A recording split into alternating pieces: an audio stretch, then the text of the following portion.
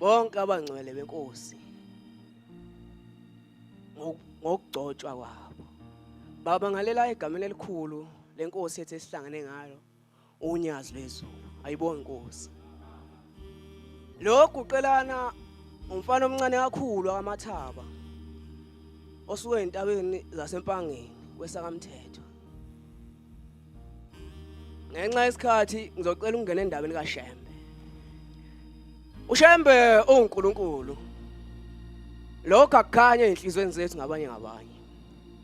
kuyenzeka ngenye imini sisemzini oyingcwele wasebuhleni bamaNazaretha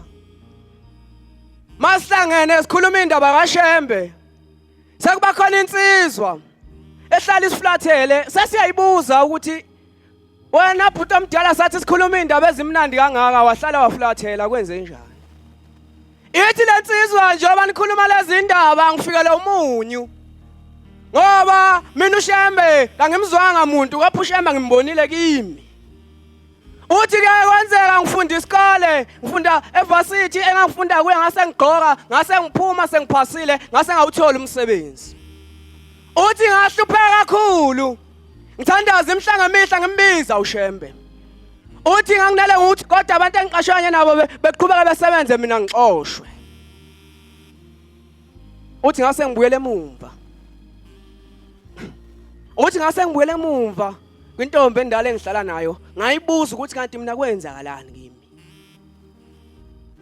uthi yini mina ngithwele nenkuma kangaka ithi le ntombi endala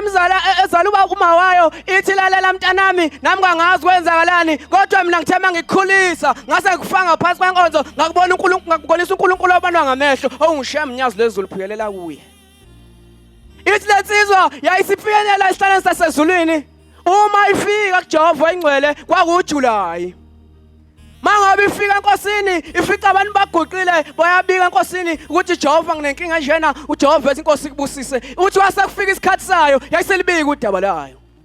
uthi yathula inkosi yamakhosi yayisimbheka yayisithi mntanami umuntu onethonga lasemgqomeni impumelelo yakhe ibanzima uthi yayisibuza lensizwa ukuthi ithonga lasemgqomeni uJehova ukhuluma ngani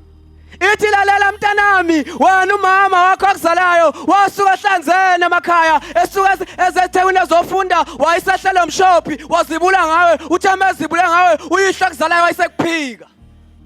uthi wangathi ngizobuyela ngithina lengane engamazi ngisho ubaba wayo uthi ubani wasiza lekusheMgqomeni uthi thina boShembe sasesithumela lo mama ohlala naye lo ohlala nayo oyekule inkolo esangumama njengoba esekhulile semngaka wasekuthatha egcine kufanga le phansi kwale nkolo le njengoba silana ngamunye kunesizathu sokusibelana imndeni yakithi ithembe thina obaba nomkhulu abasikhombisa lokukholwa bathembe thina ukuthi angeke kuze kufe emagcekeni abo letsizwa yayingahambi inyanga ihamba abathandazi ibashintshashintshe akekho engahlaba umhlahla njengawonyazi lwezulu kodwa ngoba isefike esihlalweni sasezulwini esaba ukukhaya lapha emhlabeni khuluma ngesihlalo senkosi abayikhomba ngaphesheya nomsinga lena kwamantuba abayiboni kubona isidikadika senkunzi abathe basidla siyehlula unyazo ligadla shoshela ihlangenza amanyashinga abaye begadla behlahlanye uvana uShembe uNkulunkulu ithi letsizwa yayisibuza ukuthi Jehova njengoba usukubikile ukuthi umama wangizala wangishiya manje mina ngiyomthola kanjani umama ongizala ngoba kangimazi ithi letsizwa inkosi yamakhosi yayisikhipha iphepha nepeni yayisibhala phansi yathi mntanami uzohamba uya lapha emgwaqeni okuweStreet eThekwini ufukume khona umuntu ozoqhamuka ehamba ngemoto ekanjena kuyobe kumama okuzalayo khuluma ngoShembe umabona kude yabuyela emuva yaxoxa intombi endala ezalayo yathi intombi endala njengoba eseshile njalo phikelela khona Isilensizwa ngaphiyelela khona ngafike ngama sashaya nesikhathi ebeshila uJehova sicishe sadlula ngase sengigive up yayisiqhamuka imoto uthi angibuzanga okuningi ngangqonqoze wendini yafika amaphambi kwami livalile irobot angibuzanga okuningi singase ngqonqoza ngase ngibuza ukuthi mama wangilahlelani ngenkathi sethu yaphendula lo mama esabuyisa inhlosi ukuthi ubani lona waselivula irobot uthi wayisisuka imoto ihamba nami ngamshiya kanjalo ngaduba ngasaxoxanga naye ithi lensizwa ngase ngibuyele esihlalweni sasezulwini ngase ngiyichaza indaba yami futhi ukuthi ngimbonile wayesebuza umnikazi wabantu uthi wenze njani washo ukuthi ngidubile ngahamba wathi mntanami ngimele ukhulume naye ngaleso sikhathi ngoba wena udinga izinto zakini thina boshembe noma sisikhipha isibusiso asihlali kuwe ngoba abantu kumele bamukele isibusiso abekho eduze kwakho njengoba silana akusikho kwethu lokhu kukholwa